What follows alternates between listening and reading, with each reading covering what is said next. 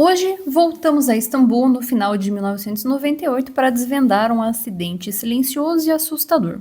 O que parecia ser apenas a compra rotineira de sucata por trabalhadores locais se transformou na primeira grande emergência radiológica da Turquia. Ao desmontarem pesados contêineres abandonados para vender o metal, os sucateiros abriram uma verdadeira caixa de Pandora. O núcleo abrigava uma fonte de cobalto-60 altamente radioativa, esquecida após ser usada em equipamentos médicos de radioterapia. Enquanto famílias inteiras começavam a lutar pela vida nos hospitais com sintomas severos, inicialmente confundidos com uma simples intoxicação alimentar, as autoridades tratavam uma corrida contra o tempo para recuperar o material radioativo no meio da cidade e iniciar uma busca frenética por uma segunda fonte radioativa que parecia ter desaparecido do mapa. Então o episódio de hoje vai ser sobre o acidente radiológico de Istambul, na Turquia. Radiation detected. Red dot. Olá, meus irradiados! Como vocês estão? Aqui quem fala é a Paola e no episódio de hoje eu vou contar para vocês a história do acidente radiológico de Istambul, na Turquia. E eu escolhi falar sobre esse tema nesse episódio de maio de 2026, porque nos episódios anteriores eu acabei direcionando a atenção com bastante relevância ali para o acidente radiológico de Goiânia. E eu acho que de todos os eventos que eu já narrei aqui no programa, eu já trouxe para vocês o acidente de Cidade Juarez, no México, e também o acidente de Samut Prakarn, na Tailândia. Então, acho que de eventos semelhantes a Goiânia, o único que ficou faltando é o de Istambul. Então, por isso que eu escolhi trazer ele aqui para a gente fechar essa tríade de eventos semelhantes, relatados pelo menos, né? Vai que tem outros acidentes parecidos que a gente não conhece, né? Não dá para descartar a possibilidade. E antes de eu falar sobre isso, eu gostaria de fazer as minhas considerações iniciais. E uma delas é uma observação muito curiosa com relação aos espectadores do Radiação para Leigos. E a outra é um convite muito especial que vocês vão ficar incrédulos quando eu contar para vocês. É uma informação muito, muito importante. Mas primeiro, então, a minha observação inicial com relação ao público do Radiação para Leigos. Vejam só que engraçado, né, pessoal? Depois da minissérie Emergência Radioativa, o meu canal teve um pouco mais de visibilidade, os meus vídeos passaram a ficar mais disponíveis para as pessoas, ser exibido ali nas redes sociais, e isso é muito legal, realmente aumentou bastante ali o número de inscritos, até no próprio YouTube, onde eu só recompartilho os vídeos que eu faço no TikTok, acabou tendo bastante inscrição de pessoas, e eu tô pensando agora, eu já pensava nisso, já comentei com vocês, né, mas estou tentando formular uma ideia de conseguir produzir vídeos um pouco mais longos para poder disponibilizar na plataforma do YouTube, para quem realmente tiver mais interesse em se aprofundar em algumas temáticas, parecido com o que eu faço aqui, né? Só que a gente sabe que o podcast ele tem um estilo de entrega de informação que às vezes o vídeo pode ser mais efetivo para outros contextos. Então, consigo colocar imagens e tudo, né? Cai só na questão do tempo, né? Realmente é uma complexidade ali poder gerenciar tudo, né? Bem difícil, por enquanto, pelo menos, né? Não vai que um dia o Radiação para Leigos vira um programão de verdade, né? Com uma equipe para poder produzir. Ia ser bem legal, né? Eu ia gostar bastante disso. Bom, sonhos futuros, né? Bom, então, né, tô pensando em fazer isso, como eu estava comentando com vocês, então agora tem bastante pessoas inscritas, me acompanhando até pelo Instagram. Antes tinha, para vocês terem ideia, eu acho que tinha 7 mil seguidores, tá em 40 e poucos mil. E isso tudo veio com a leva de vídeo, mas também eu produzi vídeo praticamente todo dia. Nossa, acabou comigo. Foi bem exaustivo fazer tudo sozinha, editar tudo sozinha, e cortar tudo sozinha, e fazer um roteiro tudo sozinha. Mas enfim, é bom e ruim ao mesmo tempo, né? E o que acontece, gente? Olhem só que curioso. Ao longo desse tempo que eu tenho o podcast, eu acho muito legal, porque eu já tive contato com pessoas de muitos tipos diferentes, profissionais que também são da área nuclear, que trabalham com temáticas de tecnologia nuclear, radioproteção, área médica, indústria, enfim, N coisas. E isso é muito rico, é uma das coisas que eu mais gosto em ter o canal. Mas recentemente eu percebi que tem um público bem específico me acompanhando, e eu tô achando bem engraçado, que é o público infanto-juvenil. Vocês acreditam, gente? Então, eu tenho visto nos comentários, especialmente no TikTok, particularmente falando, eu tenho visto bastante comentário de crianças, adolescentes que acham legal a temática, e eu até fiquei um pouco intrigada, eu fui dar uma pesquisada, tipo, nossa, mas Por que as crianças gostam desse assunto? Por que isso chamaria a atenção desse público? Eu fiquei muito surpresa, eu não tenho hábito, não tenho contato com crianças. E fui pesquisar nas inteligências artificiais e eu fiquei chocada com a resposta. O ChatGPT me explicou que coisas que surpreendem crianças são temáticas que têm a ver com mistério, com proibido, com invisível, e são todas as características que radiação tem. Com, né, coisas perigosas, assim, então ciência, e faz sentido mesmo, né? As crianças gostam de dinossauro, de astronomia. Eu achei isso muito engraçado. Eu falei, caramba, as crianças estão me assistindo, que legal! Então tem sido uma excelente oportunidade de poder trazer a divulgação científica para as crianças mais jovens, né? E isso tem sido muito satisfatório. Eu nunca imaginei, né? Não me imaginava me comunicando com esse público. E isso, inclusive, faz com que eu precise talvez adequar um pouco a linguagem, né? Apesar que eu já trago de modo bem simplificado, mas enfim, né? São coisas aí que eu tenho que pensar para fazer essa conexão. Mas enfim, achei muito legal. Então, compartilhando com vocês que é uma informação curiosa. E agora, o convite que eu quero fazer para vocês, gente. Gente do céu, olhem que espetáculo, novamente, gente. Radiação para leigos indo por rumos excepcionais. Olhem essa história. No episódio anterior, eu fiz a entrevista com o Fernando Coimbra, o diretor da minissérie Emergência Radioativa, e isso por si só, para mim, já foi um suprassumo extraordinário, né? Poder conversar com uma pessoa que teve ali fazendo essa minissérie que ficou tão bem feita, né? Achei tudo muito legal. Bem gente boa, bem querido, né? Como vocês ouviram no episódio anterior, respondeu um monte de coisa. Bom, e aí eu pensei, né? Por que não ir além? Ousadia é tudo. Então, o que eu resolvi fazer? Vejam vocês.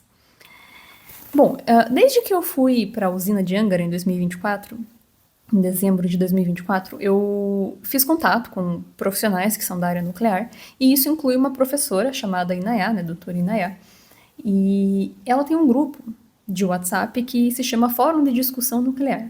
E lá tem profissionais que trabalham no segmento nuclear, radiológico, gente da ANSN, da CENEM, etc., da Marinha. Então, assim, gente bem específica mesmo, né, ali da parte das radiações. Aí eu vi que, de repente, a Inayá adicionou ninguém mais, ninguém menos do que Dr. Walter Mendes. Nossa, eu fiquei chocada, fiquei pasma. Falei, nossa, Dr. Walter... Dr. Walter, para quem não está familiarizado, gente, é o físico que descobriu o acidente radiológico de Goiânia, que fez as primeiras ações de emergência em resposta ao acidente, que é representado pelo personagem Márcio. Então eu fiquei bastante surpresa, né? Fiquei, nossa, gente. Ai, será que eu mando uma mensagem para ele? Fiquei pensando, né? Fiquei meio assim, manda ou não mando, manda ou não mando. Bom, pior que vai acontecer ele não responder. Mas e se eu mandar, será que é muito ousado? Fiquei me questionando, né? E passou dias, assim. Aí, enfim, fiquei pensando, né? Será que eu vou, não vou? Mandei. Mandei uma mensagem pra ele e falei assim, né? Oi, olá, Dr. Walter, aqui é a Paola. Né, eu faço divulgação científica na internet, sou uma grande admiradora do seu trabalho. Conheço você desde que eu era adolescente, quando eu li sobre o acidente de Goiânia, quando eu comecei a aprender sobre radioatividade, né, e né, queria te falar que sou muito sua fã e tal. E eu queria saber, né, se por um acaso o senhor não poderia disponibilizar um tempinho para a gente poder fazer uma live, assim, ou a gente se ligar e de repente o senhor me cedeu uma entrevista para eu poder fazer um episódio do meu... Tem um programa de divulgação científica, daí eu contei, né? Do Radiação para Leigos e mandei. E fiquei, bom, seja o que Deus quiser, né? E ele respondeu, gente. Nossa, no dia seguinte ele falou: Oi, Paola, aqui é o Dr. Walter. Eu já vi seu canal, acompanho seu trabalho, queria te parabenizar, admiro muito. Deu, meu Deus, ele admira muito. Morri. E ele respondeu: Sim, super podemos, sim, com certeza. Daí eu fiquei, não é possível. Não é possível. É possível? Gente, eu fiquei perplexa. E eu não. Só de contar pra vocês, eu já tô me atrapalhando. Foi fantástico. E, enfim, continuei conversando com ele, e aí ele me falou que se houvesse a possibilidade de mandar um ofício para a CENEM, convidando, ele poderia vir a Curitiba para fazer uma palestra pessoalmente. Gente, Eu fui atrás da prata e achei o ouro! Então, gente, de fato, fizemos os trâmites, eu trabalho na Uninter, já comentei aqui com vocês, e a gente ia ter o nosso congresso de radiologia, então eu conversei com a coordenadora, minha amiga, a professora Evelyn, e expliquei para ela, né, a situação, e obviamente ela super concordou, e ela fez os trâmites, ali me ajudou a fazer isso ser possível, formulou o ofício e tudo, e realmente, gente, o homem tá vindo! O homem tá vindo, gente! Doutor Walter Mendes em Curitiba, dia 20 de junho. Gente, o congresso é aberto ao público, é gratuito. Então, quem tá ouvindo o episódio e é de Curitiba, entre em contato comigo, ou pelo e-mail, ou pelo Instagram, para poder passar o link de inscrição. Mas para quem não é de Curitiba e me acompanha, gente, vai ser transmitido online. Então, quem quiser certificado, pode também se inscrever no link online. Vai ser transmitido pelo YouTube. Então, assim, vai ser uma coisa espetacular, gente. Dia 20 de junho. Hoje eu gravo o podcast dia 27 de maio. Então, tem menos de um mês para eu ver o homem. Nossa, gente. E ele falou que nessa vinda, além de nos ofertar essa palestra ali para o Uninter, né? E para os alunos, para quem for assistir, antes disso, quando ele vier, eu vou poder conversar com ele e fazer o nosso próximo episódio do mês que vem, com ninguém mais, ninguém menos do que o Dr. Walter. Então, nossa, eu tô pensando aqui nas mil coisas que eu quero perguntar para ele. Tomara que ele tenha energia para responder todas as minhas perguntas. Não vou abusar dele também, claro, né? Vou tentar centralizar perguntas que não sejam repetitivas, porque, nossa, ele deve estar falando disso tanto que deve estar até enjoado, coitado. Então vou fazer umas perguntas mais elaboradas. Quem tiver sugestões do que vocês gostariam de saber, pode mandar para mim também. Vou direcionar perguntas exclusivas dos ouvintes do Radiação para Leigos. Ó, que chique, gente! Ó, então, eu acho que isso é muito legal, gente, né? Não apenas para mim como uma realização pessoal, mas eu acho que é muito legal a gente ter registrado essa história, ter registrado essa questão da, sabe, tipo, da trajetória de uma pessoa tão importante, e ele é uma das muitas pessoas importantes que nós temos aqui no Brasil, cientistas, pesquisadores que tiveram contribuições muito impactantes na área radiológica, na área nuclear. Ele é um exemplo muito conhecido porque foi um feito excepcional, mas tem muitas outras pessoas envolvidas, então a gente poder carregar um pouco do legado dessas pessoas para aprender com elas e lembrar disso no futuro, para inspirar novas pessoas, isso é muito legal, gente. E olhem que curioso. Inclusive, ele me ligou, gente. Ele me ligou. Eu conversei com ele por telefone. Ele me ligou. E ele me falou, gente, que ele participava de um projeto que chamava Senem nas Escolas, que o intuito é justamente fazer essa divulgação científica para as pessoas jovens. Então, olhem que engraçado. Vocês não acham muito engraçado? Os caminhos, sempre assim, né, gente? As crianças começando a acompanhar meu trabalho, né? Dr. Walter comentando sobre isso, sobre a importância da divulgação para as crianças. Eu não lembro se eu comentei, gente, mas eu estou fazendo uma formação pedagógica em física e para ter o diploma de licenciatura, né? E, cara, falta só o estágio, gente. Só que, putz, eu não consigo ter o tempo, porque eu trabalho bastante, né? Então, né, com a produção de conteúdo fica difícil. Mas quando eu conseguir, esse estágio ele tem que ser na educação básica e vai ser com o público jovem. Então, olhem se não é uma coincidência muito legal. O que será que reserva o futuro, né? Quando a gente escutar esse episódio aqui, daqui a um ano, o que será que vai ter acontecido, né? Que legal. Bom, gente, não, né, sem mais delongas, por favor, sintam-se extremamente convidados a prestigiar a palestra do Dr. Walter. Logo, logo, no mês que vem vai ter o episódio aqui, né? Espero que tudo dê certo. Eu já até pedi pro meu amigo Igor, que me dá uma força, ele que fez a edição do episódio anterior, né? Pra ele ir comigo pra gravar, pra pegar um áudio bem top, pra fazer um episódio top, porque é um registro que vai muito além do canal. Como eu falei, né, gente? É um registro ali de um legado, de um profissional, um legado de um cientista. Então, tô muito ansiosa. Enfim, gente, então vamos pro que interessa. Vamos falar sobre o acidente de Istambul. Bom, para fins de registro, a narrativa desse episódio está baseada na cartilha do acidente radiológico de Istambul, que é da Agência Internacional de Energia Atômica. Então, assim como em outros eventos que eu trago a narrativa para vocês que vêm dessas cartilhas, eu vou seguir a linha de raciocínio que a própria agência estipula. E por isso eu vou começar falando sobre a Turquia, como que é a questão regulatória ali da Turquia, porque, nossa gente, uma parte desse evento tem relação com a bagunça documental que tinha no segmento das fontes, cara. Olhem só, eu acho que, inclusive, fazendo o comparativo, era bem pior do que o nosso aqui do acidente radiológico de Goiânia. Especialmente porque a gente está falando de 1998. O acidente de Goiânia aconteceu quase 10 anos antes, né? Então já devia ter havido adequações com relação a aspectos legais. Então, lá em Istambul, na Turquia especificamente falando, eles têm um órgão regulador que se chama Autoridade de Energia Atômica da Turquia, que tem uma abreviação que vem em inglês, né? TAEK. E eles têm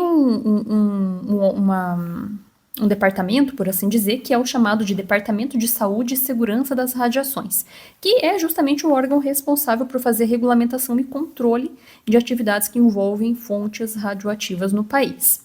Bom, e aí com relação à regulamentação ali no país, o que eles tinham estabelecido já na época do acidente? Primeira coisa, exigência de licenciamento, ou seja, lá na Turquia, era proibido você utilizar, produzir, importar, exportar, vender, comprar, armazenar, transportar qualquer tipo de fonte radioativa sem ter licença concedida pela TAEK. Então, antes de emitir essa licença, que tinha validade de 5 anos, a autoridade fazia inspeção nas instalações para ver se o local, os equipamentos, os procedimentos são satisfatórios. Muito parecido, inclusive, com o que acontece aqui no Brasil. Bom, e aí com relação à fiscalização, todos os oficiais da TAEK têm autorização para entrar nos locais de trabalho que usam fontes radioativas a qualquer momento. E podem conduzir de modo independente inspeções, podem fazer auditorias e exigir análise de qualquer documento ou certificado que eles julgarem necessário. E aí também com relação a controle de transporte e movimentação, era necessário, naquele país, naquela época, ter uma permissão adicional da TAEK para cada movimentação de fonte. Tá? Então, qualquer etapa logística que envolvesse a fonte radioativa, novamente, se você vai importar, se você vai exportar, se você vai transportar dentro do próprio território, você tem que ter uma autorização. E essa autorização só era fornecida após a entrega de documentos detalhados, que deveriam incluir rotas de transporte e plano de emergência caso acontecesse alguma coisa. E além disso, a legislação exigia que a TAEK fizesse medições dos níveis de radiação ao redor desses pacotes de transporte e que as fontes importadas passassem por controle alfandegário. Então, resumindo, era um controle regulatório bastante rígido, né? E outra coisa, com relação à radioterapia, já que nós estamos falando de fontes que se originaram a partir desses equipamentos, hospitais e centros de radioterapia precisavam notificar a TAEK toda vez que uma fonte fosse substituída. E então a TAEK vai fazer a medição da taxa de dose para garantir que a blindagem da sala e o cabeçote de tratamento continuam mantendo proteção suficiente para a nova fonte. Assim, é muito difícil isso deixar de ser um fato, porque geralmente o cabeçote é feito para comportar uma fonte de uma atividade até certo valor e de uma energia de até certo valor também. Então, se a fonte for idêntica ao que foi colocado no ato de instalação, tecnicamente é para assegurar, né? Mas quem vai fazer a inspeção é o próprio órgão regulador. E também, inclusive, existe uma verificação anual obrigatória da saída das fontes de teleterapia de cobalto 60. Então, tudo isso, né, toda essa estrutura regulatória, mostrava como que as coisas deveriam acontecer no papel. Mas na prática, o que aconteceu, né? Bom, foram uma série de erros, tá? Primeira coisa, falha na exportação e armazenamento clandestino.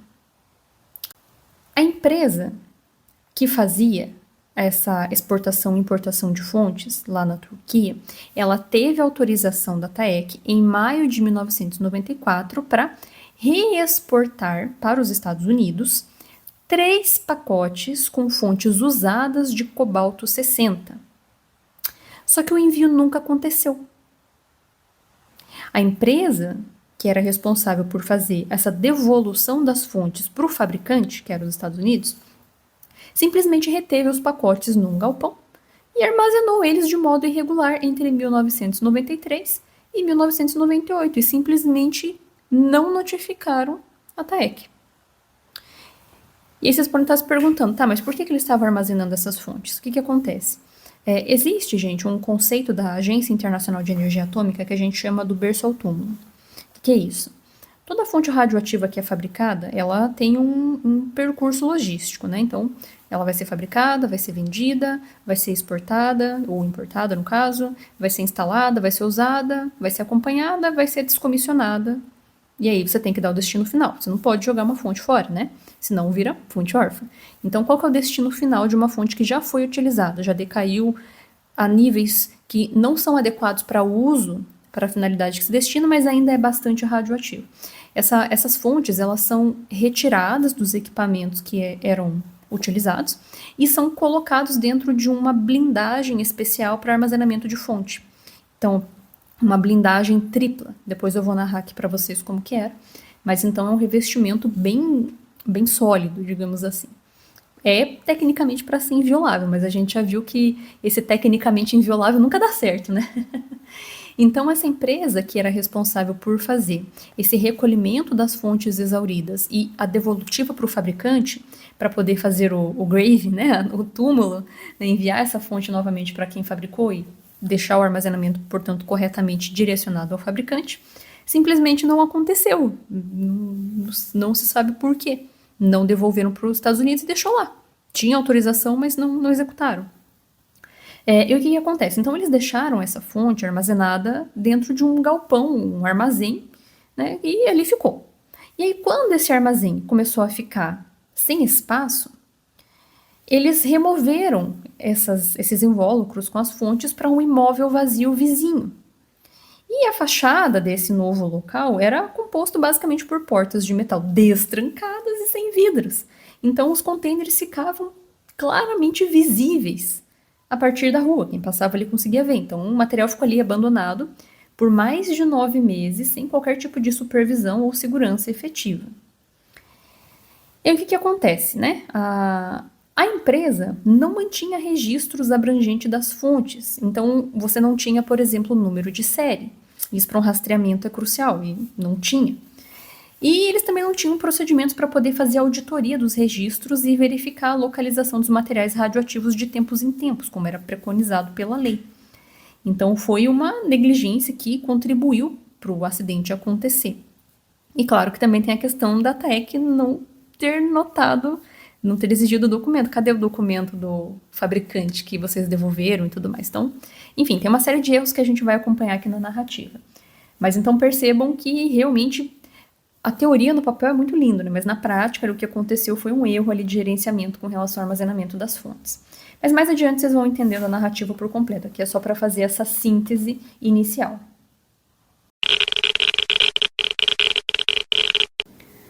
Bom, agora falando sobre a companhia, a empresa responsável pelas fontes de cobalto 60 que deveriam fazer o destino final para o fabricante.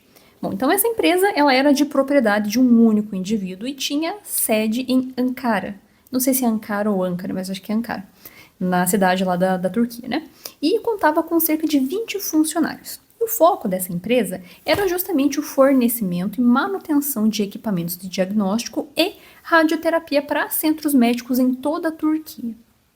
E com relação às operações e estrutura, o documento da agência destaca alguns pontos que são relevantes aqui, tá, gente? Então, o primeiro deles tem relação com licenciamento e logística. Então, a empresa, ela era, sim, devidamente licenciada pela TAEC desde 1987, com renovação desse alvará, por assim dizer, em 1992, para poder importar, reexportar e transportar fontes de cobalto compradas nos Estados Unidos. Então, a prática rotineira era transportar essas fontes da alfândega diretamente para as instalações de radioterapia dos hospitais. Então, eles tinham todos os equipamentos, todos os procedimentos necessários para poder fazer essa troca. Inclusive, tem um vídeo bem interessante da Agência Internacional de Energia Atômica que mostra esse conceito do berço ao túmulo, que ilustra como que eles fazem o desmonte e a retirada, né, da fonte ali do cabeçote de teleterapia e a inserção dentro desse cofre para poder mandar para o armazenamento e destino correto. Mas enfim, né, voltando aqui ao ponto. Então, era licenciado, né, e a logística era essa. Bom, aí com relação ao armazenamento irregular em Istambul, vejam só. Como exceção, né, era permitido à empresa armazenar fontes usadas temporariamente em Ankara, mediante notificação prévia à autoridade, então tinha que avisar a TAEC. Só que a companhia também tinha um pequeno armazém em uma área industrial de Istambul voltada apenas para armazenamento de uso geral, ou seja, não era para fins de fontes radioativas. Esse local não tinha supervisão, não tinha infraestrutura para abrigar material radioativo de qualquer natureza, e a TAEC nunca ficou sabendo que eles iam usar esse depósito aleatório para armazenar fonte, né? Não era para isso, não. Então isso aí que era um problema, né? Enfim. E falando sobre a equipe técnica, então o manuseio técnico dessas fontes e desses equipamentos, incluindo instalação, troca de fonte, o embalamento, ou seja, a inserção dessas fontes nos cofres, para poder fazer o transporte, era executado por 2 engenheiros que foram treinados nos Estados Unidos diretamente pelo fornecedor do equipamento, e era acompanhado por um técnico assistente. E apesar de tudo isso, como eu comentei com vocês há pouco, né, eles tinham falhas de inventário, que são bastante críticos, né? Então, embora a empresa de fato solicitasse as permissões da TAEC e mantivesse os arquivos sobre a atividade, a localização das fontes à disposição, esses registros eram falhos, porque eles não eram abrangentes, porque a gente tinha ausência dos números de série das fontes, por exemplo. E isso, a questão do número de série, gente, é um fator muito relevante nesse evento. Bem complexo, vocês vão entender mais adiante, tá? E o problema também é que a companhia não tinha nenhum procedimento interno para conseguir fazer a auditoria dos documentos, como eu já tinha comentado, né? Ou checar fisicamente a localização real das fontes em intervalos regulares. E foi justamente essa desorganização e essa falta de controle que tornou tão difícil descobrir exatamente quais eram as fontes envolvidas nos pacotes que foram vendidos no ferro velho que ocasionaram o acidente.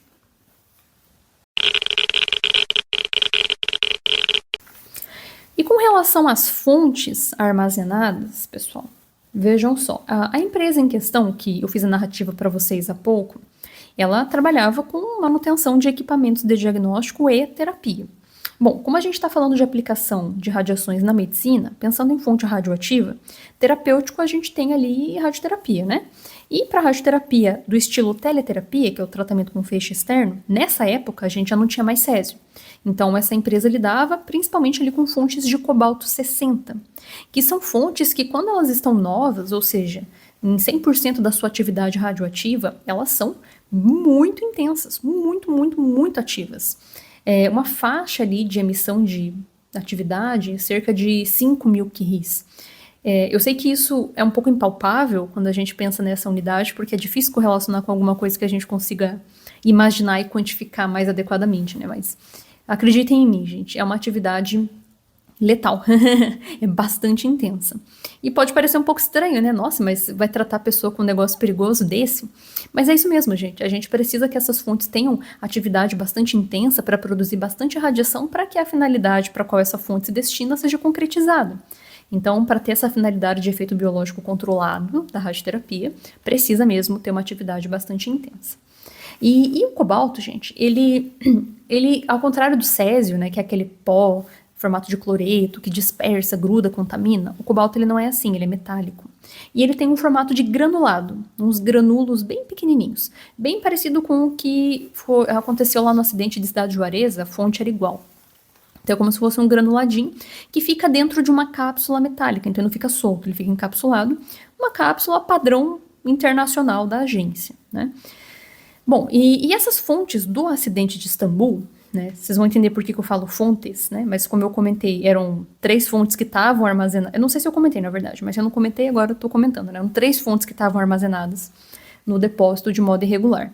E as 3 eram de cobalto dentro do seu cofrinho para destino final, que não foi para lugar nenhum, né? Ficou lá.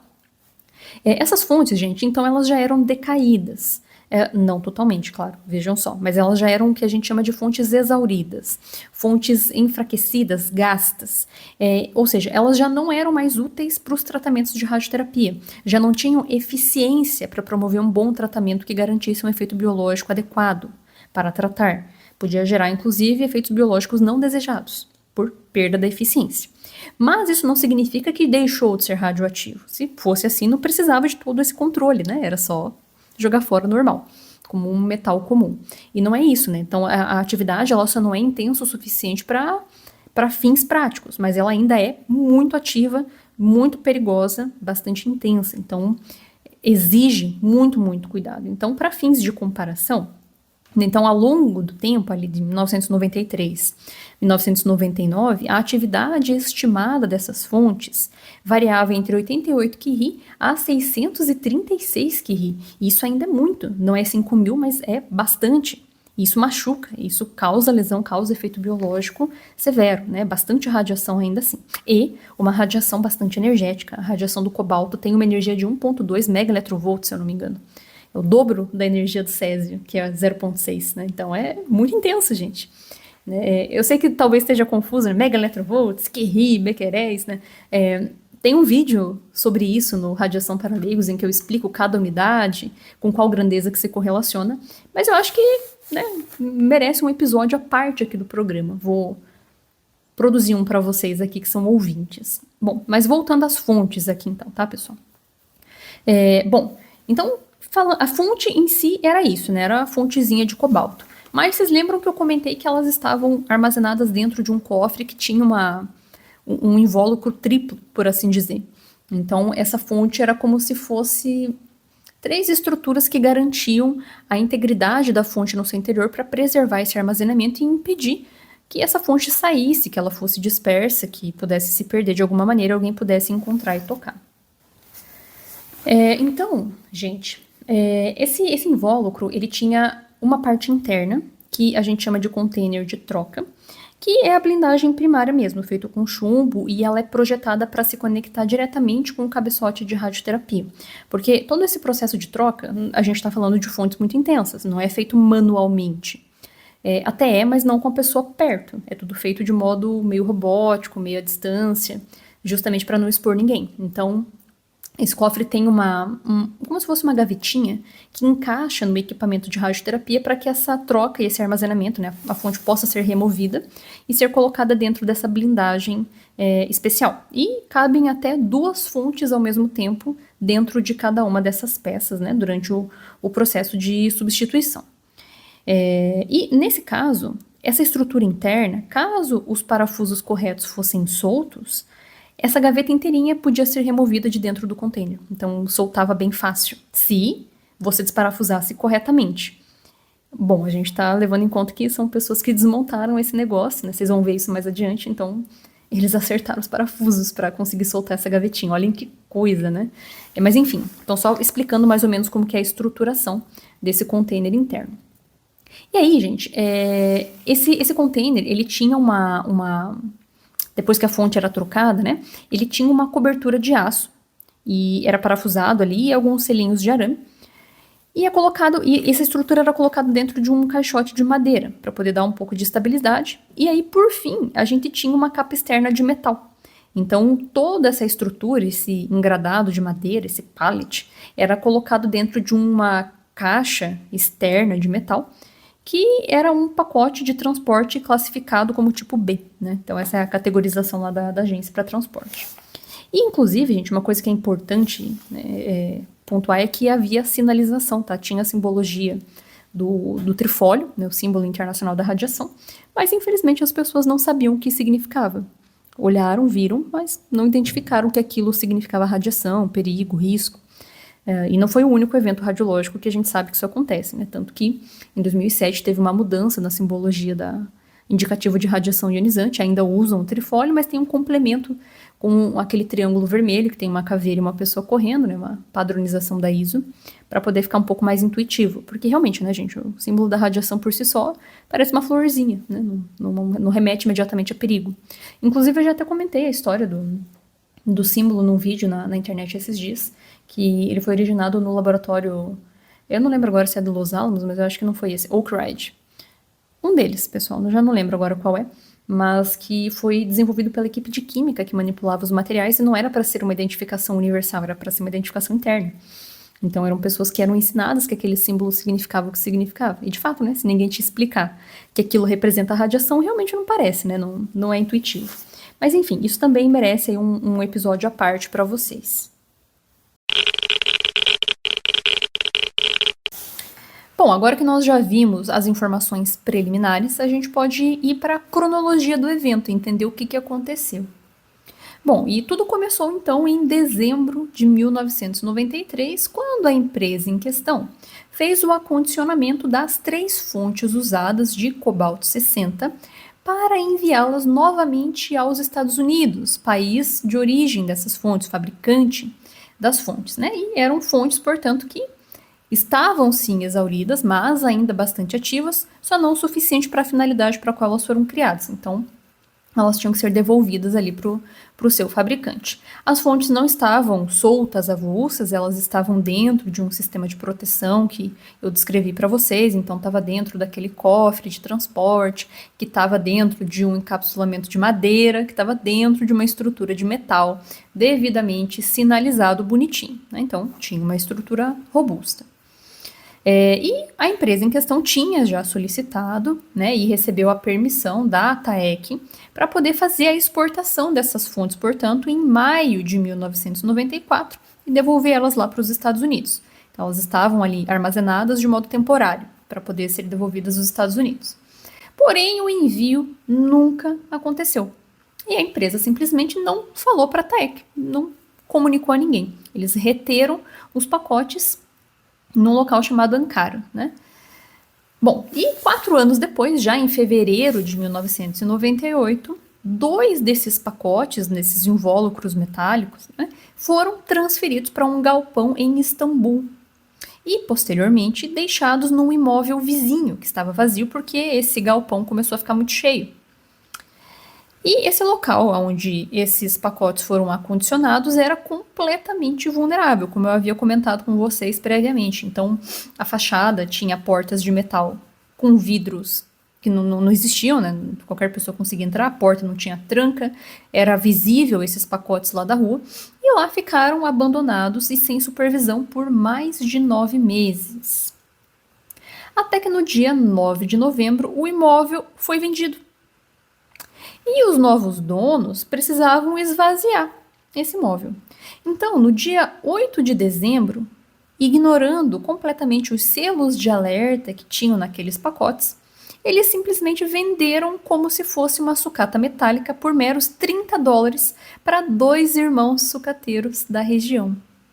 Isso parece meio conhecido para vocês? Tem uma leve semelhança com um evento que a gente conhece bem, né? Pois é, né, gente? Para vocês verem como que são, né, essas questões aí de fontes órfãs. Bom, e 2 dias depois, no dia 10 de dezembro, os irmãos levaram esses pacotes para um terreno baldio perto da casa do sogro, né, de um deles ali. E eles começaram um trabalho pesado de fazer o desmanche dessa estrutura. Então, 3 membros da família conseguiram arrancar o primeiro mecanismo de proteção, que era aquela caixa externa de metal. Aí depois eles conseguiram fazer a remoção da segunda camada, que era o pallet, o engradado de madeira. E aí eles conseguiram desparafusar as tampas e removeram o tampão de blindagem de um dos containers. E a curiosidade deles era tanta que um deles de fato chegou a colocar a mão dentro do orifício central para tentar sentir o que tinha lá dentro. E um segundo afirmou que tinha conseguido ver uma cápsula ali dentro. Bom, e o trabalho deles acabou sendo interrompido por causa do mau tempo e as peças foram colocadas na caçamba de um caminhão e descarregadas em um pequeno ferro velho residencial aberto para a rua e do lado da casa da família.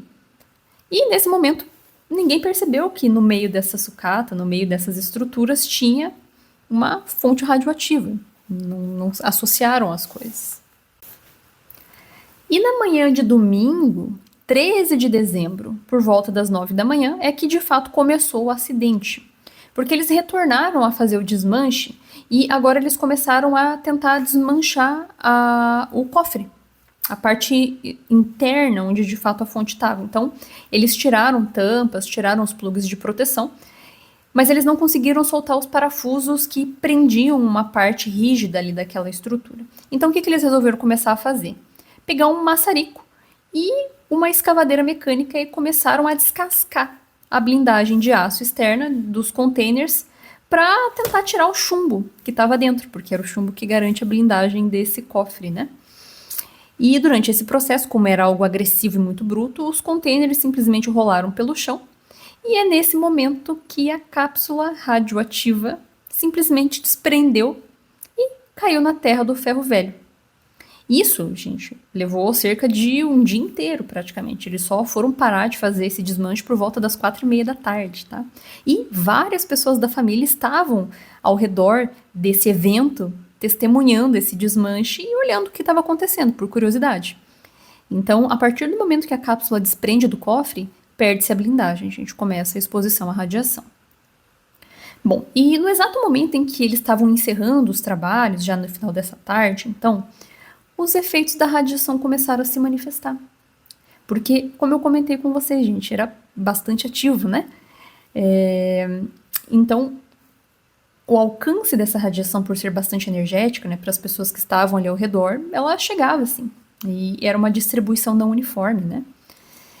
Então, as pessoas que estavam ali, que tiveram aquele primeiro contato, que começaram a desmontar os equipamentos, começaram a se sentir bastante mal, com aqueles sintomas clássicos que a gente conhece bem, que é a náusea, muito brusca, né?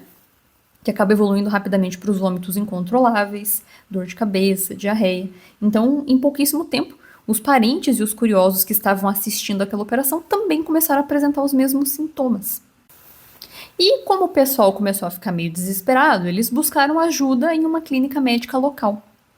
Só que, sem esse histórico, sem entender o que aconteceu ali no ferro velho, e com base no contato, no relato que eles estavam falando, né, e pensando no contato com o metal que eles tiveram, os médicos diagnosticaram o quadro deles erroneamente como intoxicação alimentar ou envenenamento por causa do chumbo. Então, essas vítimas que estavam apresentando esses sintomas receberam um soro intravenoso. E como a gente sabe que quando nós temos a síndrome aguda das radiações, a gente tem um intervalo de latência, aquele pico prodrômico que dá esse mal-estar agudo começou a amenizar. Então, depois de algumas horas, todo mundo melhorou por causa do período latente, né? E receberam alta. Então, nesse momento inicial, ninguém suspeitou que pudesse ter alguma coisa a ver com radiação. É o que eu sempre falo, né, gente? De todas as possibilidades, todas as situações que podem fazer alguém passar mal, quem que vai imaginar que é radiação? É muito raro. Então é a última instância ali, né? Ainda mais com sintomas tão gerais assim. Só que o problema é que acontece aquilo, né? Uma vez que a radiação passa, não tem volta, né? Simplesmente a síndrome caminha e segue seu curso natural conforme o organismo vai seguindo com o seu metabolismo normal. Então não tem muito o que fazer, né, nesse cenário. O dano já está em andamento, né? Inclusive, né, 4 dias depois da exposição, a ponta de 2 dedos de um dos homens, aquele que eu comentei que por curiosidade colocou a mão dentro do container, né, começou a ficar vermelha. Então começou a apresentar aquele efeito tecidual, um eritema bastante severo nessa região. Bom, e nesse meio tempo, gente, a fonte letal e sem blindagem continuou caída no pequeno quintal do ferro velho ali da família, né? Do lado da casa. E lá essa fonte ficou por cerca de 2 semanas. Um tempo muito parecido, inclusive, também com o acidente de Goiânia, né? E durante esse período, a família tomou uma atitude que demonstra como de fato eles não tinham conhecimento do perigo, né? Mas assim, eles acharam que o que os médicos falaram sobre a contaminação com chumbo era isso mesmo. Não associaram nada a ver com radiação, né? Então o que eles fizeram? Eles cavaram um buraco no quintal e jogaram todas as coisas lá dentro, né? E empurraram tudo ali, né? Desse chumbo, né? E enterraram. Simplesmente foi isso que eles fizeram ali no quintal, né? Mantiveram enterrado. Só que daí a sucata restante, que não era chumbo, né? E incluindo a fonte radioativa, simplesmente eles carregaram com paz e com as próprias mãos para um caminhão e venderam para um outro ferro velho na mesma região. Olha que coisa, né? Então eles acharam que era o chumbo mesmo que estava fazendo mal, enterraram, né, para proteger as pessoas e infelizmente acabaram mandando a cápsula junto ali com outros materiais para outro ferro velho. Bom, e aí quando esse material chegou no ferro velho novo, as peças do container foram jogadas numa pilha gigantesca de sucata. Inclusive, é literalmente gigantesco, parece coisa de filme, assim. Tem as imagens da cartilha da agência, né? Bem curioso. E como os donos do local eles estavam viajando e só iam voltar para o trabalho no dia 4 de janeiro, grande parte dessa sucata já tinha sido levado para uma fábrica de fundição a 90 quilômetros de Istambul. Olha o cenário parecido com Cidade Juarez aí acontecendo, né? Bom, e aí acredita-se que as carcaças externas de aço dos contêineres foram derretidas nessa fábrica no dia 3 de janeiro.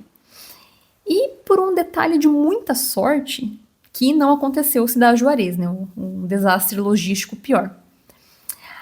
A cápsulazinha de cobalto, inclusive vale pontuar, gente, que ela é bem pequenininha, tá? Ela é muito, muito intensa, muito letal, mas ela é muito pequena, tá? Então, ela era muito, muito pequenininha. E as garras mecânicas que faziam a coleta dos materiais radioativos simplesmente, dos materiais radioativos não, né, dos outros sucatas, simplesmente não conseguia pegar a fontezinha porque ela era muito pequenininha, né? Então ela acabou ficando ali no chão mesmo. Olhem que doideira, gente, mas assim, quase, para ser um Cidade Juarez foi quase.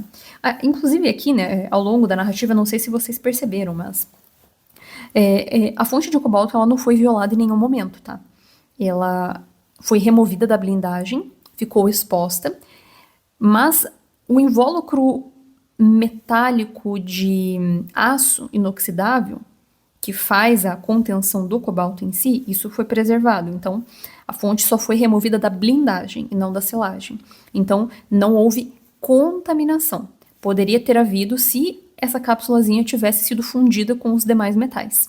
Mas como a gente viu, por pura sorte que, por ser muito pequena, não acabou sendo pega pela garra e não foi incinerado com todo o resto lá e, né, derretido, fundido com outros metais. Ia ser Cidade Juarez 2. É isso que ia acontecer. Então, por isso que, inclusive, apesar, tal como o Samut para Carne, a narrativa ser muito semelhante ao caso de Goiânia, o nosso evento de Goiânia ainda foi pior, porque a gente teve a violação da selagem.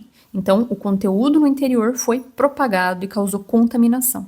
Além, é claro, do fato de ser um cloreto, então facilmente absorvido pelo corpo, espalha, né? Então é bem problemático, né, nesse sentido. Então, nesse caso, não teve esse problema de contaminação, mas, como a gente pode ver, é tão grave quanto, né? Bom, e então com relação ao evento ainda, ao longo de quase um mês, desde a violação ali né, a coleta daquele material e a violação da blindagem, as vítimas estavam passando mal, porque depois da fase prodrômica vem efetivamente a síndrome, né? Então, todos eles estavam apresentando uma fraqueza extrema, perda de peso, perda de apetite e sangramento na gengiva, hemorragias. Isso é sinal de falta de plaqueta. Por quê? Porque a primeira etapa da síndrome acomete o sistema hematológico. Então a gente para de ter a produção de plaqueta, glóbulo vermelho, glóbulo branco, isso dá anemia, a pessoa fica fraca, fica sem sistema de defesa e fica sem coagulação, então ela sangra. Então eles tinham ali aquele sangramento, né, de gengiva. E eles iam em pequenas clínicas locais, eles procuraram ajuda médica várias vezes. Só que o mistério simplesmente continuava. Então, eles não eram internados para tratamento porque os médicos não conseguiam identificar o que estava causando. E aí, na manhã de 8 de janeiro de 1999, aí finalmente aconteceu uma coisa relevante nesse aspecto, né? Então, lá tinha um médico bastante atento e ele começou a conversar com um dos sucateiros que tinha buscado esse atendimento e começou a perguntar, né? Então, o que ele estava fazendo, as atividades recentes, e ele descreveu ali que eles tinham mexido com os contêineres metálicos, que o outro médico falou que tinham suspeita de envenenamento com chumbo. E aí o médico ligou os pontos. Ele suspeitou que o chumbo pudesse ser usado como blindagem de radiação. E ele percebeu que os sintomas que eles estavam tendo eram perfeitamente compatíveis com síndrome aguda das radiações. Olhem só. E aí a teoria dele foi assustadoramente confirmada logo em seguida, quando o filho de um dos pacientes, que foi visitar o pai no hospital, mencionou que viu sim um símbolo de trevo demarcado no caixote externo desses metais. Então, quando foi isso, o alarme soou. O médico, na hora, confirmou isso. Então, às 11h30 do mesmo dia, ali 8 de janeiro de 1999, o médico fez a notificação para o Centro de Pesquisa e Treinamento Nuclear. Eu não vou saber pronunciar a palavra, gente, é SECMESI. Com certeza a pronúncia tá errado, né? Deve ser turco. Mas então, acho que é como se fosse uma vigilância sanitária, assim, sabe? Só que específico para a parte radiológica e nuclear. E eles fizeram, então, a notificação da emergência radiológica. E aí os representantes das autoridades nacionais iniciaram as entrevistas imediatas com as vítimas e correram para poder investigar os locais. Então, às 15 horas daquele dia, a equipe já estava na porta do Ferro Velho Maior e os medidores de radiação já estavam apontando níveis altíssimos de radiação.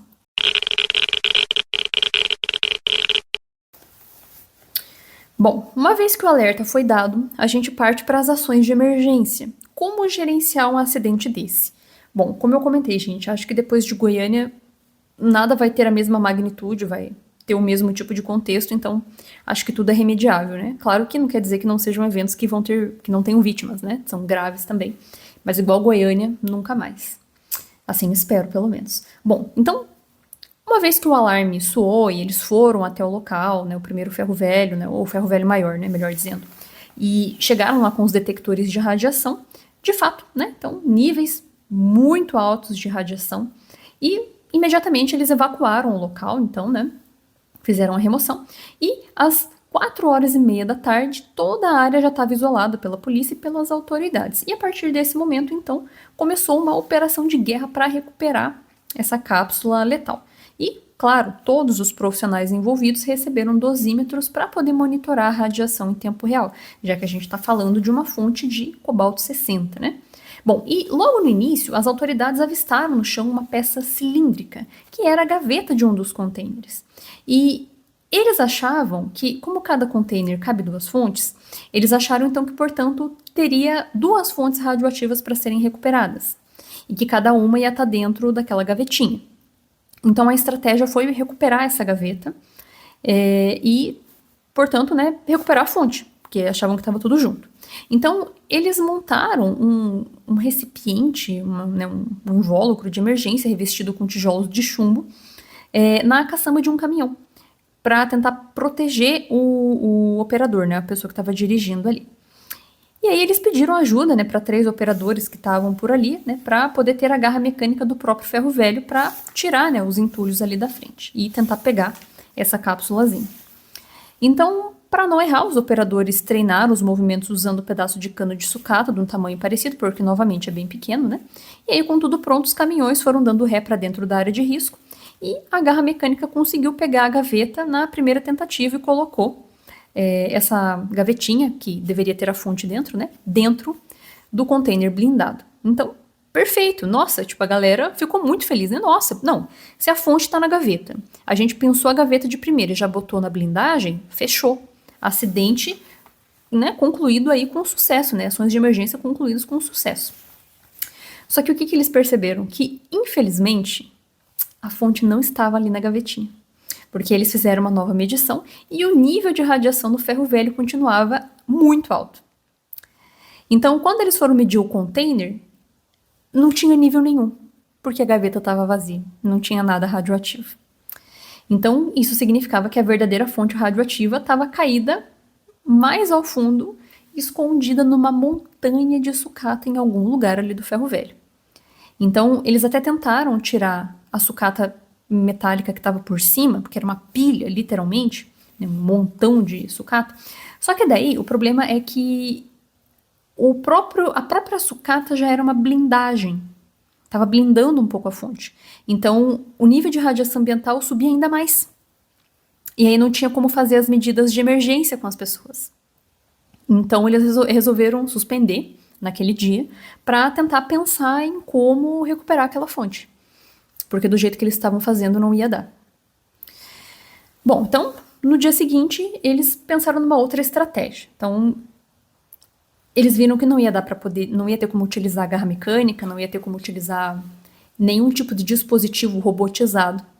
E eles iam ter que fazer um trabalho manual, quase que artesanal. E, por consequência, muito perigoso. Então, eles montaram um detector de radiação na ponta de uma haste bem comprida, dentro de um caminhão. E esse caminhão, né, tinha aquela parede, né, de tijolinhos ali para poder proteger, né, para blindar ali, né, o operador que tivesse ali na caçamba. E aí, esse detector colocado na ponta dessa haste ia apontar exatamente aonde que essa fonte estava, no meio daquele entulho. Novamente, gente, é uma fonte muito pequena, muito entulho junto. Bom, e aí então eles dividiram essa ação entre 10 equipes de 2 pessoas cada. Então era uma dinâmica, nossa, tipo, bastante tensa. Então, um membro da equipe usava a vara para cutucar e desmoronar um pouco da pilha de sucata, enquanto o outro usava uma pá gigante, comprida, com 3 metros de comprimento, para pegar qualquer objeto suspeito e jogá-lo dentro de um tambor especial revestindo com chumbo, na expectativa que aquilo fosse a fonte, né? Então, era essa a dinâmica. E cada pessoa, né, da dupla tinha um limite de dose de radiação que podia receber durante a operação, 2 milisievert, e só podia fazer uma tentativa. E o problema, gente, é que começou a dar um baita desespero, porque todas as 10 equipes falharam. Então, as 10 equipes que tinham sido montadas de 2 pessoas cada, ninguém conseguiu. E as autoridades até começaram a cogitar concretar tudo, jogar um monte de concreto ali para selar a fonte junto com tudo que estava ali. Só que o problema é que isso ia impedir a identificação da fonte. Eles que precisavam saber. Bom, e como os dosímetros apontavam que os operadores da equipe não tinham chego no limite, eles resolveram tentar uma rodada extra. Então, na 14ª tentativa, finalmente a pequena e letal cápsula de cobalto foi finalmente parar dentro do container blindado.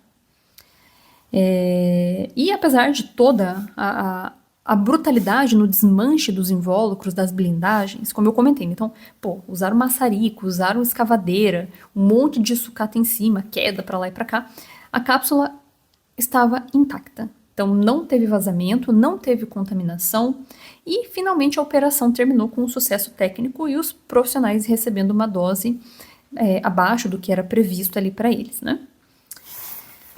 Então, perfeito, né? Tudo muito bom. Juntamente a essas ações de emergência, teve o alerta que a autoridade teve que fazer para a população, né? E os especialistas das autoridades nacionais e da saúde pública, ali, né, e de proteção radiológica, eles formaram ali, né, um mecanismo de triagem e eles entrevistaram 404 pessoas que poderiam ter chegado perto da fonte enquanto ela não estava blindada, né? Então, para garantir que ninguém ficasse para trás, que passasse alguma vítima despercebida, eles fizeram essas pessoas passar por um check-up médico e coletaram amostras de sangue para poder avaliar, né, níveis de exposição à radiação. E aí, com base nesses resultados, eles constataram que 18 pessoas estavam com níveis significativos de exposição e foram internados, portanto, no hospital, ali em Istambul mesmo, para poder fazer um tratamento e ficar em observação. E aí, o que acontece, né? Em 4 dias, no dia 12 de janeiro de 1999, 10 dessas 18 pessoas estavam de fato diagnosticadas com a síndrome aguda das radiações. E aí a gente tem os desfechos médicos. Só que antes disso, gente, infelizmente as ações de emergência não pararam com a recuperação da fonte. Sabem por quê? Não sei se vocês lembram, mas eu comentei que dentro desses dispositivos cabem 2 cápsulas. Então, se a descoberta de uma cápsula já era um pesadelo, essa investigação inicial trouxe essa notícia ainda pior, né? Porque pelos registros da empresa responsável, pelos equipamentos, os 2 containers que tinham as fontes radioativas, os 2 tinham sido enviados para Istambul. Então, beleza, recuperaram uma. Mas e a outra? Onde estava a segunda fonte? Então, eles achavam que a segunda cápsula tinha uma atividade ainda mais alta, que é a de 636 que eu comentei lá no início.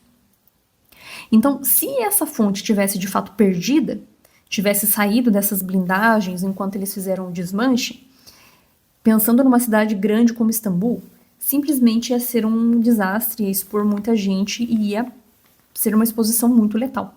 Então, eles começaram a fazer uma caçada, literalmente. Então, as equipes de monitoramento começaram a refazer meticulosamente todos os passos dos containers e rastrearam o local onde era o armazenamento original.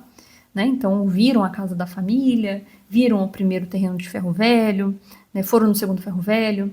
Então, eles começaram a investigar todos os caminhos possíveis. O maior medo era de que essa fonte tivesse sido levada junto com a sucata para a gigantesca fábrica de fundição de metal, que era localizada a 90 quilômetros de Istambul, que eu comentei antes. Então, eles fizeram muitas varreduras terrestres, utilizando carros equipados com detectores ao longo de todas as rotas possíveis entre o ferro velho e essa fábrica, e inspecionaram pilhas colossais de sucata da própria fundição. E o resultado disso foi zero detecção de radiação anormal em todos os locais.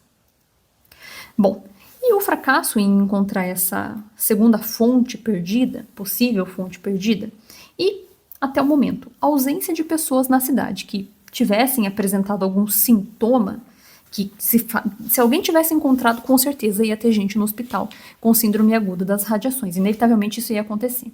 Então, eles começaram a achar que talvez o container tivesse vazio mesmo, né? Só tivesse uma fonte. Bom, então, já que eles não encontraram nada em campo, como seria a forma correta de descobrir se tinha fonte ou não? Registros, documentos, inventários, assentamento de dados. Bom, então, eles começaram a fazer uma inspeção nessa empresa, né, pedindo os dados do fornecedor original dos Estados Unidos, e o que eles encontraram foi o caos administrativo, informações contraditórias. Os estadunidenses afirmaram que a fonte de número de série 2570 já havia sido devolvida para os Estados Unidos, enquanto a empresa turca jurava que a fonte ainda estava na Turquia. Por outro lado, os estadunidenses disseram que a fonte de número 2567 nunca tinha sido devolvida, enquanto os registros turcos diziam exatamente o oposto. Então, devido a essa desorganização bizarra nessa papelada, os investigadores chegaram num beco sem saída. Simplesmente não detectaram nada em lugar nenhum, não tinha registro documental confiável, então, com base nas evidências físicas de que a radiação não estava em lugar nenhum, as autoridades concluíram que o segundo container, né, dentro desse dispositivo, muito provavelmente não abrigava nenhuma fonte. No entanto, por causa da bagunça dos registros, essa teoria nunca foi comprovada de forma 100% inequívoca. Então, o mistério burocrático permaneceu e, bom, né, até hoje, até onde eu sei pelo menos, não se tem notícias, não se sabe o paradeiro, mas também não teve nenhum registro de vítima, então ficou por isso.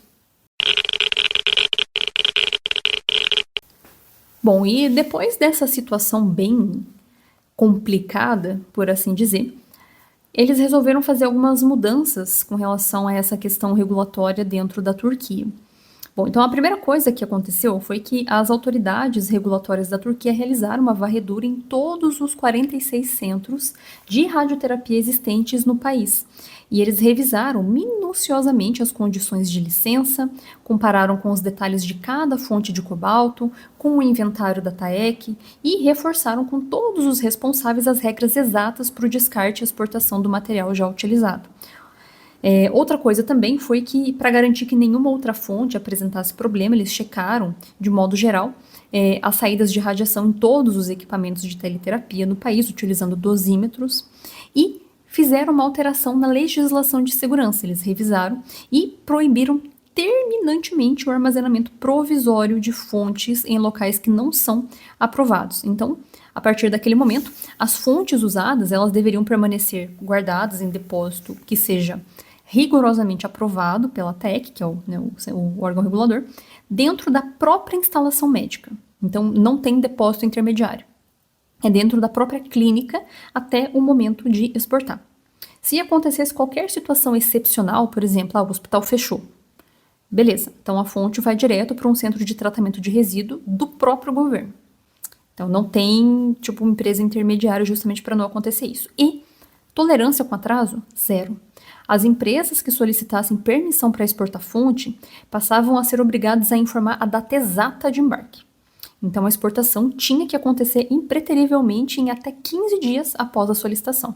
E a empresa remetente tinha que apresentar provas de que o destinatário internacional tinha aceito, recebeu e estava guardando a fonte. Então isso mudou bastante, né, o rigor nuclear com relação a como a Turquia lidava com as suas fontes. E que bom, né, porque era justamente para não garantir que nada dessa natureza acontecesse de novo. Mas falando um pouco sobre a atuação da Agência Internacional de Energia Atômica nesse evento, no dia 11 de janeiro de 1999, o Centro de Resposta a Emergências Radiológicas da agência, que fica em Viena, eles detectaram o problema que estava acontecendo na Turquia por notícias da mídia sobre um suposto envenenamento por radiação. E eles contactaram as autoridades turcas que confirmaram o acidente e garantiram que a fonte primária já tinha sido resgatada, que de fato foi, né, como a gente tinha visto. Só que daí no dia seguinte a Turquia fez um pedido oficial de ajuda médica. Então, em questão de algumas horas, eles já mandaram uma equipe internacional de médicos, incluindo especialistas da França e do Reino Unido, lá para Istambul. E, ao chegarem, eles examinaram 15 pacientes e atestaram que os cuidados médicos locais estavam excelentes. E enviaram amostras de sangue para os laboratórios de ponta no Reino Unido, na França e na Holanda, para poder fazer análises mais complexas de dosimetria genética, né, a partir de dosimetria biológica. Só que daí teve aquela mudança, né, com relação à possibilidade de ter uma segunda fonte perdida, né? Então, no dia 14 de janeiro, o governo turco mandou um fax, na época um fax, né, urgente à agência com a notícia aterrorizante de que talvez uma segunda fonte de cobalto estava desaparecida no país. Então, a agência despachou imediatamente uma equipe de campo munida com equipamentos muito avançados para poder fazer o monitoramento lá para Istambul. Aí, no dia 16 e 17 de janeiro de 1999, esses especialistas refizeram a rota, fizeram toda aquela busca de campo que eu comentei com vocês, vasculharam todas as possibilidades e, como eu comentei, né, então não detectaram nada. Bom, e aí, sem encontrar a segunda fonte, a agência estabeleceu uma lista de recomendações rigorosas para que eles pudessem lidar com essa ameaça invisível. Então, eles orientaram o governo turco a divulgar imagens da cápsula radioativa na imprensa e na TV para poder alertar a população e instruir os hospitais do país a ficarem de olho em pacientes com sintomas de radiação, investigar a possibilidade de a fonte ter sido vendida no mercado negro internacional, enfim, N recomendações. Então, o nível de alerta chegou a tal ponto que em 26 de janeiro a Turquia precisou acionar uma convenção oficial para notificar formalmente os países vizinhos de que tinha fonte perdida. Cara, nossa, imagine que pavor, né? Então, realmente é uma situação bem complexa. E aí, gente, o que acontece, né? Vem junto com isso, que são medidas necessárias, são medidas que se adotam em emergências radiológicas, né? Faz parte. Mas a gente tem uma questão, né, que é a percepção pública de tudo isso. Então, é efeito Chernobyl, né, gente? Então, esse foi o primeiro grande acidente radiológico que foi documentado na história da Turquia. E assim que a emergência foi descoberta, né, pelas autoridades, então a notícia explodiu, como eu comentei, a própria agência foi descobrir por notícias internacionais, né? Então, virou uma manchete de TV no mesmo dia e, enfim, dominou capa de jornal e tudo mais, né?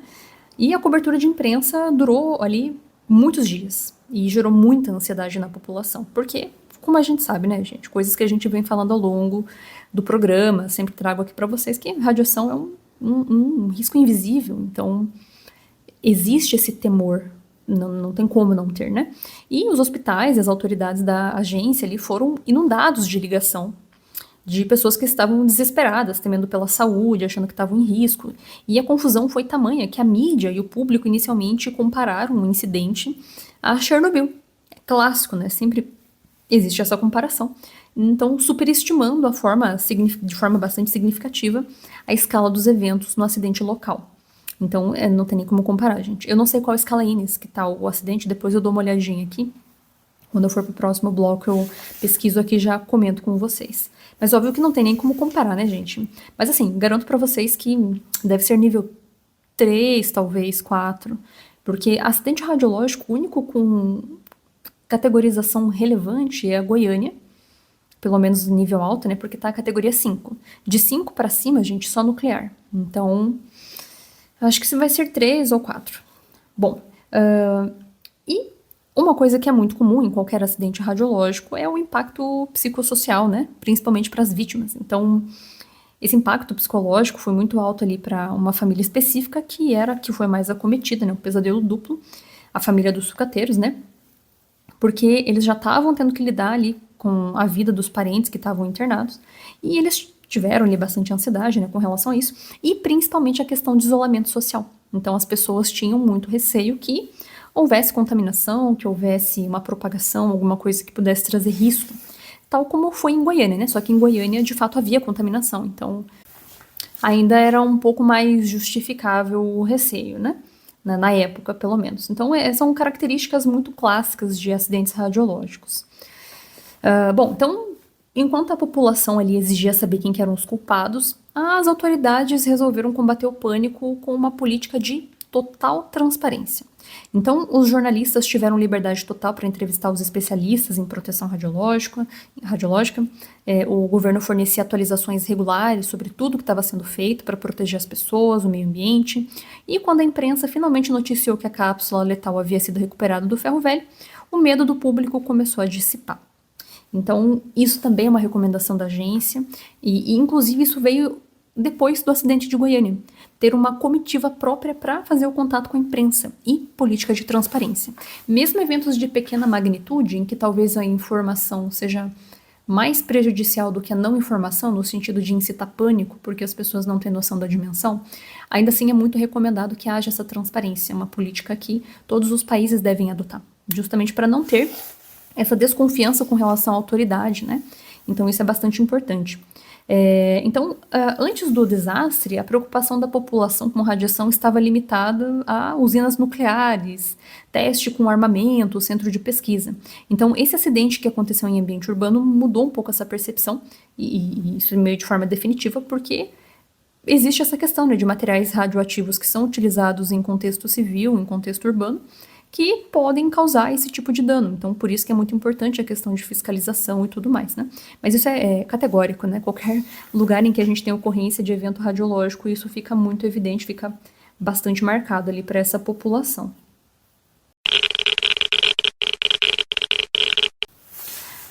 Bom, e com relação às ações médicas, né, gente? Entendendo o que aconteceu, então, com as vítimas. Como eu tinha comentado, no dia 13 de setembro de 1998 foi quando eles começaram a fazer a violação dos containers, né? Então, foi nesse momento que teve a remoção da blindagem, a fonte ficou exposta e as pessoas começaram a se expor ali com aquele nível de radiação. Então, 6 pessoas das 10 que estavam ali no quintal já começaram a se sentir muito mal, né? Com aquele sintoma clássico prodrômico da radiação, buscaram ajuda médica, receberam aquele diagnóstico que eu comentei, né, de ter uma intoxicação alimentar ou intoxicação por chumbo, receberam soro, veio a fase latente e foram embora. E aí, nas 4 semanas seguintes, que eu comentei com vocês também, né, então eles estavam ali com uma degradação física progressiva e eles visitavam as clínicas, reclamavam, né, de todos os sintomas, mas nenhum médico suspeitava que pudesse ter relação com radiação. E teve um dos homens ali que eu comentei com vocês, né, que teve a curiosidade de colocar a mão ali no buraco do container e acabou se expondo intensamente naquela região. Então, alguns dias depois da exposição, que ele encostou ali na selagem da fonte, né, a ponta dos dedos médio e indicador da mão direita começaram a ficar com um eritema bastante intenso, né, então bem aquele efeito característico, né, de lesão tecidual na pele. E aí, então, né, no dia, como eu comentei com vocês, né, no dia 8 de janeiro foi quando teve o desfecho, né, que os sucateiros procuraram, né, uma clínica que o médico percebeu efetivamente, né, do que se tratava, né. Então, o hospital, enfim, teve o alerta e o hospital começou a receber as vítimas, né. Então, entre os dias 9 e 11 de janeiro, o hospital ali da Turquia começou a receber as vítimas às pressas. Então, eram 11 adultos e 7 crianças que deram entrada para observação. Então, quando os primeiros resultados dos exames de sangue saíram, os médicos ficaram bastante perplexos, porque os 5 adultos que tiveram maior contato com a fonte estavam com o sistema imunológico praticamente aniquilado, porque é clássico, né, gente? Então, aquilo que eu sempre falo para vocês, né, a depressão da medula óssea ali é imbatível, né? Não tem como. A contagem de glóbulo branco deles estava 10% apenas do que deveria, né? Então, os linfócitos praticamente indetectáveis, e as plaquetas, que são as células responsáveis por evitar hemorragias, né, simplesmente despencou para níveis de 1 a 3% do normal. Então, realmente era uma exposição ali muito intensa. Então, para ajudar, né, eles fizeram, como eu comentei, né, a triagem ali, né, de 404 pessoas, que achavam que tinham sido expostos, né? E confirmaram realmente o diagnóstico da síndrome aguda das radiações em 10 adultos, né? Então, realmente uma situação bem complexa. Aí no dia 12 de janeiro, a situação das 5 vítimas mais graves, que é o paciente de 1 a 5, para facilitar aqui, né, a enumeração, era realmente bastante crítica, né? Então, eles resolveram transferir esses pacientes para quartos individuais para poder fazer um isolamento, né? E mandaram para o departamento de hematologia da Faculdade de Medicina de uma região ali da Turquia, que eu não vou saber falar o nome. E aí, gente, nesse cenário, né, então por que eles fazem esse isolamento? Bom, a pessoa não tem sistema imunológico, então ela fica muito suscetível a infecções, né? Qualquer infecção oportunista, a pessoa acaba não resistindo. E aí eles começaram a fazer o tratamento com o CSF. Olha só o fator de estimulação de macrófagos, o mesmo que usaram no acidente de Goiânia, para tentar forçar o corpo a produzir as células sanguíneas novamente, né? Ele dá um empurrão ali na medula óssea. E esse estado clínico dos pacientes que estavam mais graves ali, né, mostra realmente o potencial letal, né, da radiação. Então, o paciente 1, que foi o que encostou na cápsula, né, e estava com a lesão radioinduzida agravando, já estava em estágio de descamação úmida, estava ali com a pele, assim, praticamente a pele soltando ali da mão, né, então na palma da mão e nos dedos da mão direita. O paciente 2, tudo isso além da síndrome, né? O paciente 2 estava com pequenos pontos de sangramento espontâneo espalhados embaixo da pele. O paciente 3 tinha sangramentos na pele e também nas gengivas e uma febre muito alta, sem sistema imune, né? Bem complicado. O paciente 4, além dos sangramentos na pele, tinha ausência de imunidade, então ele teve uma infecção viral bastante severa, parecido com herpes, e acabou ficando em evidência ali na boca do paciente. E o número 5 estava com sangramentos na pele, na mucosa da boca e também episódios de sangramento nasal, com febres bastante elevados. Então, essas pessoas estavam correndo risco iminente, né, de letalidade ali, por causa da síndrome aguda. E como esses pacientes tinham esse acometimento ali da medula, eles não tinham plaqueta, eles poderiam ter uma hemorragia fatal a qualquer momento. Então, eles começaram a receber transfusões de 1 a 3 unidades de plaqueta para tentar conter, só que simplesmente não fez efeito. E aí, a virada de jogo com relação à saúde desses pacientes teve uma virada na noite do dia 12 para o dia 13 de janeiro de 1999. Então, eles começaram a fazer uma transfusão mais intensa de plaquetas. Para vocês terem ideia, né, o último paciente, no paciente 5, ele recebeu 24 unidades de plaquetas, que isso é um valor bastante alto. E isso foi o que deu certo, foi o que ajudou essas pessoas a não terem as hemorragias, né? Deu uma estancada ali na questão hemorrágica deles. E ajudou a elevar, então, né, a contagem de plaqueta para uma zona quase que segura. E, beleza, então um problema foi resolvido, né, com relação à hemorragia. Só que ainda tinha um outro problema, a questão do sistema imune, como eu comentei, né, a razão pela qual eles acabaram sendo isolados. Então, qualquer bactéria, fungo, vírus que eles pegassem, ia ser fatal. Então, com relação aos pacientes, né, tirando o número 4 que estava com a lesão viral no canto da boca, nenhum dos outros pacientes sofreram com infecções bacterianas, virais ou fúngicas severas. E eles fizeram isso com o isolamento, né? Eles chamam de isolamento reverso, né? Então, eles usaram muitos antibióticos para ajudar a conter e mantiveram essas pessoas contidas nesse isolamento reverso, no sentido de não terem contato com nada do mundo exterior, e receberam doses massivas de antibióticos. Curiosamente, depois do acidente de Goiânia, isso foi um ponto levantado que os médicos de Chernobyl haviam comentado também, que em vítimas de radiação, o que você precisa fazer de imediato é isolar, fazer uma carga muito grande de antibióticos e tratar a questão de hemorragia, né? Então, proteger de infecções e proteger da hemorragia, para dar o tempo do organismo tentar se recuperar dos efeitos da radiação. Então, realmente, né, a questão da síndrome aguda, até certo ponto de exposição de corpo inteiro, você consegue tentar reverter com intervenção médica. Então, no caso deles, né, nesse nível de exposição, né, realmente acabou sendo possível. E, claro, né, uma outra coisa também que ajudou bastante, que eu comentei há pouco, é a administração do CSF, né, o fator de estimulação de macrófagos, que é o que ajuda a medula óssea do paciente voltar a funcionar. E deu certo. Então, uma coisa que a gente testou primeiramente ali no acidente de Goiânia realmente acabou dando certo. Então, entre 4 a 11 dias, os sistemas de defesa dos pacientes começaram a normalizar.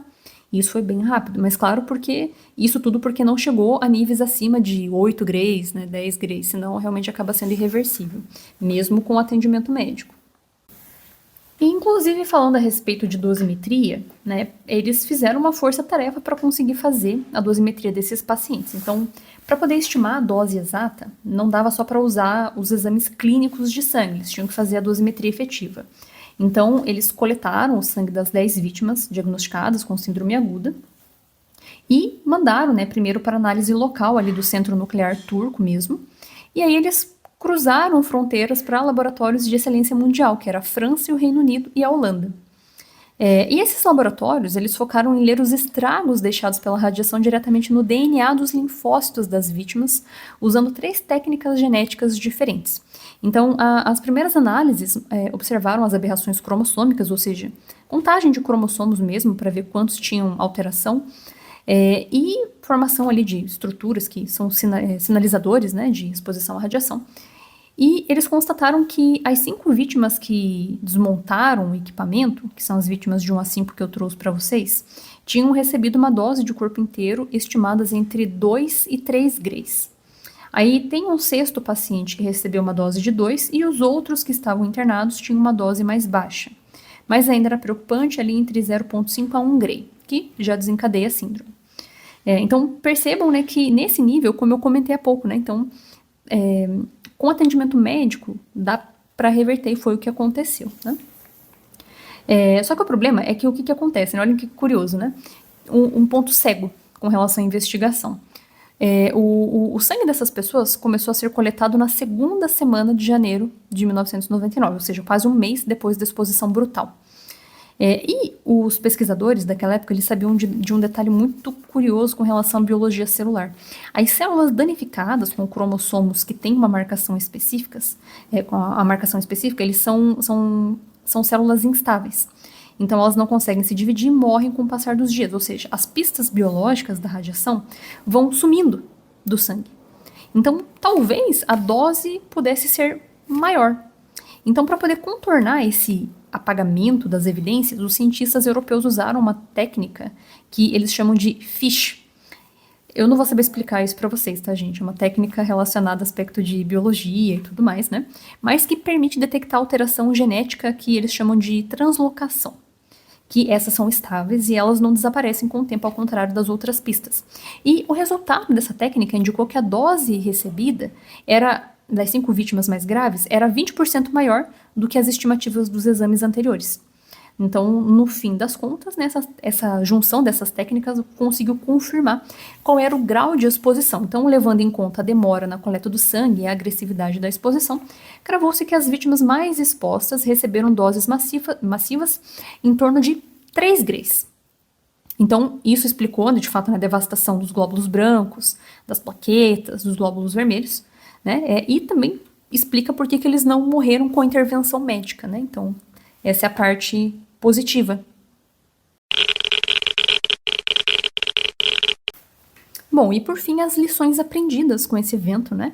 Então, a Agência Internacional de Energia Atômica sempre faz essas conclusões acerca do evento, e a primeira delas, que é consenso em quase todos os acidentes radiológicos, né? Fator humano.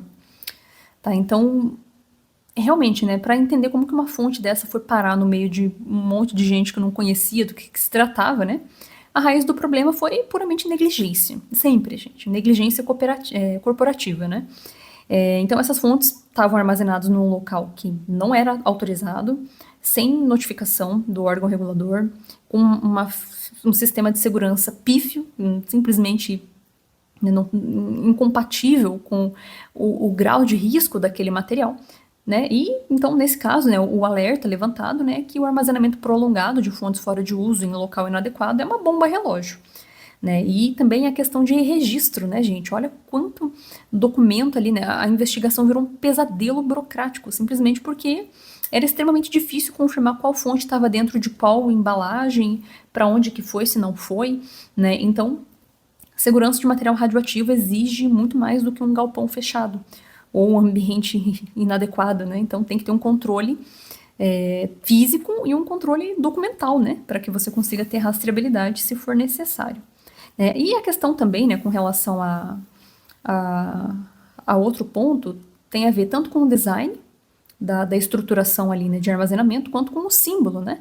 Puxa vida, né, o símbolo da radiação, que tecnicamente é para ser famoso e universal, para muitas pessoas simplesmente não é reconhecido, tanto que ele, novamente, como eu expliquei para vocês, passou por readequação, né? Então, o símbolo, né, de fato, acabou precisando passar aí por melhorias para ter uma compreensão do público, né? E também a questão estrutural, né?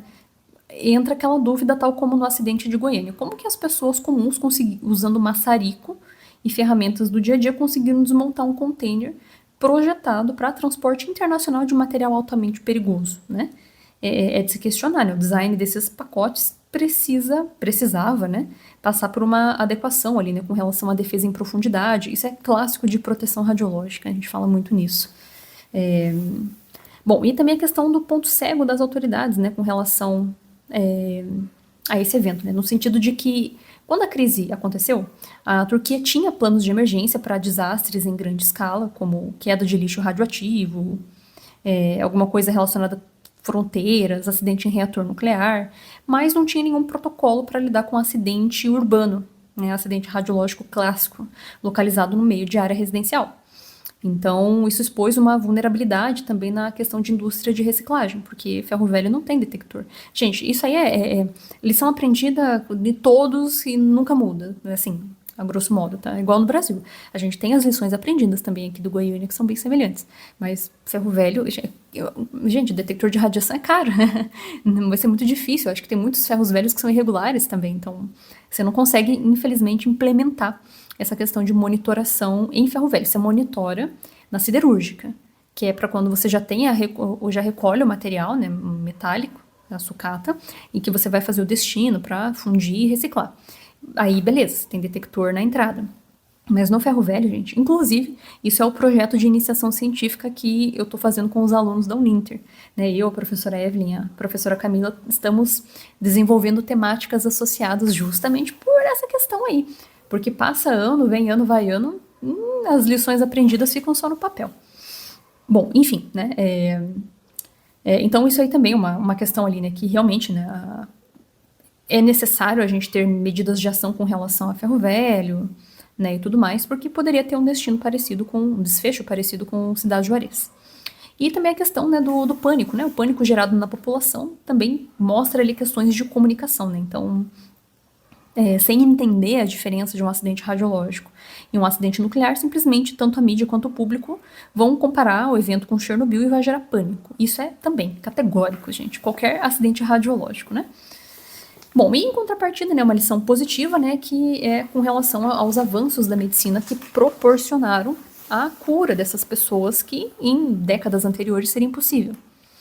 Então, isso foi uma coisa boa, mas em contrapartida, né, a gente teve levantado ali a questão da grande falha de identificar acidentes com exposição à radiação, né?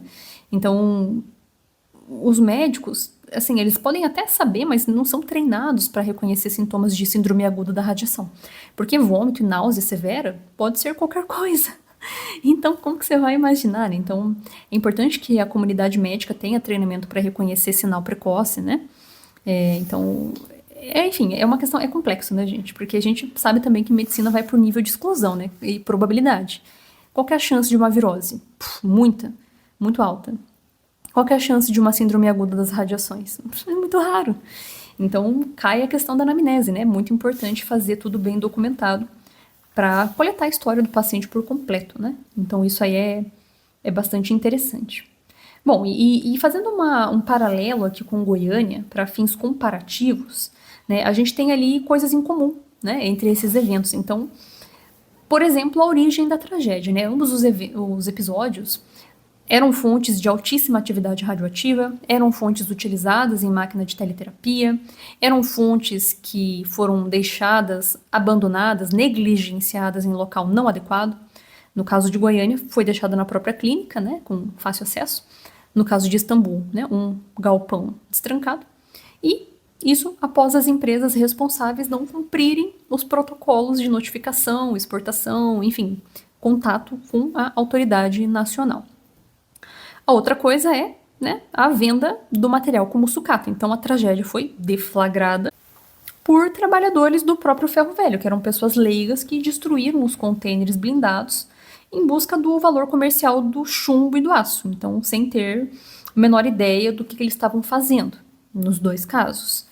E também a questão, né, de que quando as pessoas começaram a passar mal e começaram a ter os sintomas, a medicina convencional falhou em ambos os casos, né? Então, em Goiânia, os sintomas foram diagnosticados como reação alérgica ou doença tropical. Em Istambul, intoxicação alimentar ou intoxicação por chumbo. Então, isso acabou permitindo com que as vítimas continuassem expostas aos materiais por dias, sem interrupção, por falta de identificação. Clássico, né? E também, né, os dois casos a gente teve falha na identificação da simbologia da radiação, né? Então, o trifólio, né, acabou não sendo um símbolo corretamente identificado, ele não representa nada para a população leiga. Então, por isso que foi reformulado. E a reformulação foi em 2007. Então, esses eventos aconteceram, né, já bem antes disso. Bom, então isso daí são as semelhanças, né, gente? Agora, a questão da diferença principal que eu diria para vocês, gente, é a questão da ausência de contaminação, novamente, né? Então, em Istambul, ali, a gente teve um evento mais contido, porque o cobalto, ele permaneceu dentro da cápsula selada, então não teve vazamento, não teve contaminação ambiental, não teve ingestão, não teve nada disso. Agora, em Goiânia, né, com o césio, era, como eu comentei com vocês, né, formato de cloreto, um pó muito solúvel, que se for quebrado, né, distribuído, vai causar contaminação interna, e, enfim, teve todo o desfecho que a gente já conhece. Bom, e novamente, né, gente, como Goiânia foi o maior acidente radiológico do mundo, né, então algumas contribuições aí são interessantes com relação ao evento de Goiânia para que o desfecho de Istambul tivesse um pouco mais de sorte. Então, por exemplo, a questão que eu comentei com vocês relacionada ao tratamento médico, então o CSF, né, que eu comentei, que é aquele fator de estimulação de macrófago para estimular a medula a produzir células novamente, foi testado no acidente de Goiânia, tá? E, além disso, as técnicas de análise de biodosimetria, ou dosimetria biológica, muitas delas evoluíram a partir do evento de Goiânia também, tá? Então, isso aí teve uma contribuição bastante significativa. E a outra coisa é que tem as questões de lições regulatórias. Então, quando já tinha acontecido o evento de Goiânia, as lições aprendidas já tinham reformulado muitos aspectos regulatórios a nível mundial com relação a fontes radioativas, mas faltou, né, a adequação com relação à autoridade turca de levar isso em consideração, porque foi exatamente as mesmas regras que foram violadas em Goiânia que acabou permitindo que a história se repetisse em Istambul, 11 anos depois, né? Então, bastante complexo. Pois muito bem, meus irradiados. Essa foi a narrativa sobre a história do acidente radiológico de Istambul, na Turquia. Muito importante nós falarmos sobre eventos dessa natureza, para a gente entender como eles acontecem, entender a dinâmica, para que eles não ocorram, para que a gente sempre fique ligado e, caso vocês vejam algum metal estranho ou suspeito por aí, já sabem. Então, se tiverem sugestões, contato que vocês queiram fazer, vocês podem me encontrar, me procurar diretamente pelo e-mail, radiaçãoparaleigos@gmail.com, ou pelas redes sociais, pelo Instagram, pelo TikTok, pelo YouTube, agora que eu estou compartilhando mais vídeos por lá. E, bom, sigo aí à disposição e um abraço irradiado para todos e até o próximo episódio, pessoal.